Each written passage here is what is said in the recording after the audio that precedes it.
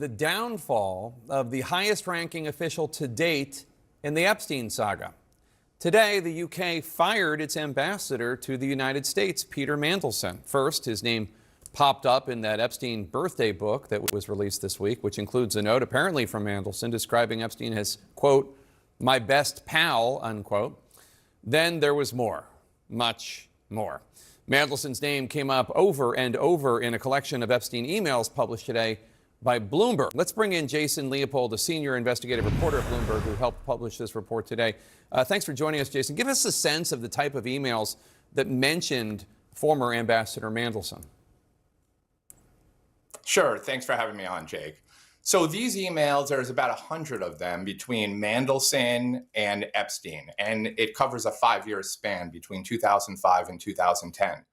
Importantly, however, there are maybe about 80 or so that span the 2 years in which Jeffrey Epstein was charged with sex crimes in Florida, and following through 2008 when he was trying to fight back against the federal investigation. Mandelson told. And within those emails, keep going. Yeah. Within those emails, you see, you read Mandelson, supporting Epstein to the point where he brings up using the art of war, Sun Tzu's art of war, as a tactic to way to fight back against these allegations. There's another email just a day before Epstein reported to prison in 2008, in which he said that this is something that just couldn't happen in Britain. It was essentially a grave injustice what was happening to Epstein. It's true. It didn't happen in Britain. Prince Andrew obviously was named in this scandal. Mandelson told the British tabloid The Sun that he found his words, quote, very embarrassing. He said he regretted falling for Epstein's lies. Did you find it notable that Mandelson's not denying that he wrote these emails? Yeah, I do find that notable. But the emails speak for itself. And for your listeners out there, we have a separate story that our brilliant team of data reporters and engineers put up just to explain how we vetted these emails. So it was very clear that it would be hard to essentially deny what we were presenting here. And as I mentioned, there's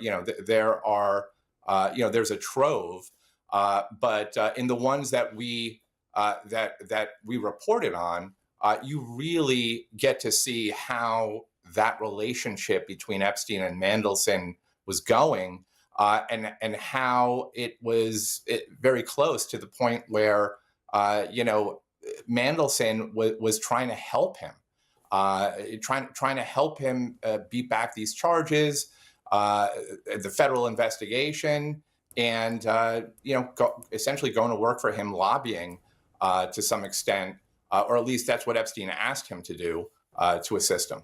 You also note in the emails that you obtained that Epstein and his ex-girlfriend, Ghislaine Maxwell, who's in prison right now, exchanged emails about trying to discredit the women who raised allegations against them. Tell us more about that. Sure. So this is another story that we published this morning, and this is based on 650 emails that Ghislaine Maxwell and Jeffrey Epstein exchanged, and it really gets to you get to see how close their partnership was, and within those emails there are discussions that's taking place in which Maxwell, you get the sense that the heat is turning up on Maxwell, and she is discussing with Epstein how they can discredit ultimately Virginia Giuffre. And she asked him for, and this is in 2014, by the way, in an email, can you give me whatever your attorneys have, the files on Virginia? And basically within those files was, it appears to be some sealed documents, confidential documents, and sometime later, a story pops up in the New York Daily News related to what was in those confidential files. Fascinating stuff. Jason Leopold of Bloomberg. Thank you so much. Appreciate it. Great reporting. Thank you, Jake. Appreciate it. Former ATF director under President Biden, Steve Dettelbach, joins us now. Welcome. What do you see as important in the manhunt, the photos out, the incredible interest and national security imperative of finding this individual? And so I think as time goes on, there's two things that are happening. First, as time goes on, there's more time for the suspect to get further away from the scene, to hide better, to do all those things, right? But as time goes on, the other thing that's happening is law enforcement is developing more and more information about that person that's going to help us to find him. And let me tell you something, this individual is going to be caught at some point. That is going to happen. And you can see the beginnings of the fruits of that paying off, right? You can see the fact that there's now a picture that they're able to circulate to enlist the public. That's the traditional law enforcement tools. They're offering a reward. They're organized. Right now, they're in a joint operations center. You heard Jim Kavanaugh talk about this, right? They're meeting, they're delegating. Utah State Police, FBI, ATF. Now the marshals are involved. And then you have the follow the gun technology that that you just heard about before, right? This ballistic technology that enables that huge piece of evidence to be used for the investigation, to do a trace, an urgent trace, which I'm sure is already underway or done. And also, if there's an expended cartridge casing, to use the National Integrated Ballistic Information Network and millions of ballistic fingerprints to try and link that to other potential crimes. So DNA, all the list of things are also being developed at the same time. And, at this time, there can be this tremendous it's horrible, it's understandable desire from the public to know what happened and catch this person immediately.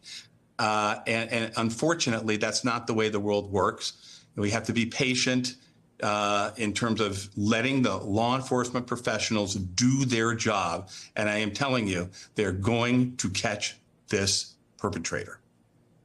We have this timeline that's been prepared. As you say, a lot of information coming together over the course of the last day and a half. 11:50 a.m., they believe they have the arrival, going to the roof access, which they got. 12:10, that shot. We knew that yesterday. And then the additional information that was not immediately apparent, crossing the roof, jumping the building, and then fleeing into the neighborhood where, again, without speculating, based on past examples, you would say an individual who'd planned this may be fleeing with what as their next step? Well, I think you have to learn more about the person to understand that, right? I mean, what they're doing is they're developing the contacts that this individual has, where he's from, where he might be going, looking at his patterns of life, all of those things. At the same time as they're conducting this manhunt physical search, they're doing these things to build the intelligence on this individual in the hopes that will give them more information about where to best search. Because I don't think I can say, certainly, there's an old saying in Washington, those who know don't talk, those who don't know talk, right? I'm talking. I don't know what information they have. None of us knows. It's in that Joint Operations Center inside the investigation that they know. And I will tell you, having been a director of ATF when a lot of these went on, I remember Lewiston, Maine, for instance, there was a significant period where there was a manhunt for that shooter. The public often has to be in the dark at some level, because you don't want to somehow tip off the fugitive as to where you're going to be looking, or that where he might go, right? And those things can happen unless the trained professionals, as Jim Kavanaugh said, are the ones making the decisions about what goes out and what doesn't, because it is so easy with all the pressure and interest to make a mistake and to say something that does confuse people, or worse yet, that gives the suspect an advantage for some period of time. How do you think the FBI leadership is handling it thus far, and could they learn from precedent and best practices?